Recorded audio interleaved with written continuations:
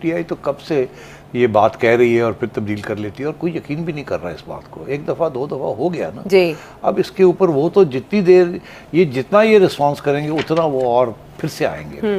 वो तो इसको बयानिए को जिंदा रखना चाहते हैं ना, तो आप जवाब देंगे तो वो जिंदा फिर मरता तो नहीं है। अब हम सारे जो है इस वक्त जो एक कंसेंसस है नॉन पीटीआई कंसेंसस इस मुल्क में, वो तो यही है कि ये सब ड्रामा खान साहब ने किया है। और इंडिपेंडेंट लोग तो जिनका कोई तल्लक नहीं इस्टेब्लिशमेंट के साथ, वो ये खुद कह रहे हैं कि जी ये एक बयानिया है।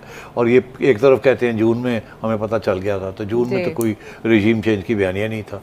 फिर जब आपको पता भी चला कि आपका ख्याल है कि रजीम चेंज का बयानिया है 7 या 8 मार्च को, तो उसके भी पूरा महीना आप इंतजार करते रहे। जब फिर सब कुछ ही फारग हो गए फिर जाके आपने कहा कि इसको बयानिया को निकाला जाए। और उसके बाद भी एक दफ़ा नहीं 2 दफ़ा तरदीद हुई है। एक दफ़ा आपके ज़माने में हुई है कि एक नेशनल सिक्योरिटी काउंसिल में कोई कंस्पिरेसी का नाम नहीं है, कोई कुछ नहीं है उस प्रेस रिलीज में जो कि आपने मुश्तरका की है। और उसके बाद फिर शहबाज शरीफ साहब ने भी कॉल की और फिर उसके तो कितनी दफ़ा इसका जवाब देंगे। YouTube पर गुगली टीवी देखने के लिए youtube.com की सर्च बार में गुगली टीवी टाइप करें। गुगली टीवी के पेज पर सुर्ख रंग के सब्सक्रिप्शन वाले बटन पर क्लिक करना ना भूलिए। YouTube पर अपलोड होने वाली वीडियो से बाखबर रहने के लिए बेल आइकॉन पर क्लिक कीजिए। आपको हर नई आने वाली वीडियो के बारे में नोटिफिकेशन मौसूल हो जाएगा।